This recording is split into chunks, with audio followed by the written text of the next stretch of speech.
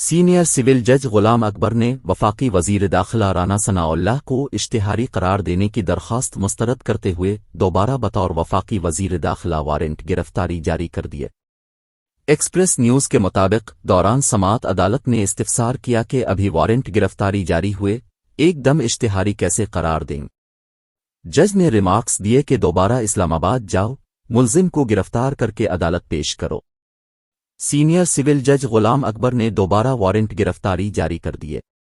سماعت کے دوران تفتیشی ٹیم نے درخواست کی کہ ملزم چھپ رہا ہے، گرفتاری کی کوشش کی، اب اشتہاری ڈکلیئر کیا جائے، جس پر عدالت نے دوبارہ اسلام آباد جا کر گرفتاری کا حکم دے دیا۔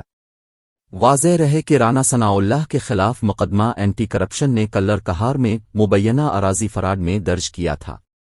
بعد ازاں اینٹی کرپشن ٹیم عدالتی حکم پر وفاقی وزیر داخلہ کی گرفتاری کے لیے تھانہ سیکریٹریٹ اسلام آباد پہنچی، جہاں اسلام آباد پولیس نے رانا ثناءاللہ کی گرفتاری کے لیے کسی بھی طرح کے تعاون سے انکار کر دیا۔ دریں اثنا محکمہ اینٹی کرپشن کی ٹیم تھانے سے روانہ ہو گئی۔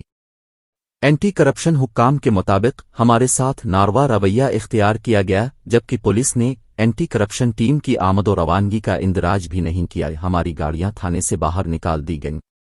تھانے میں پیش آنے والی کارروائی سے کل عدالت کو آگاہ کریں گے۔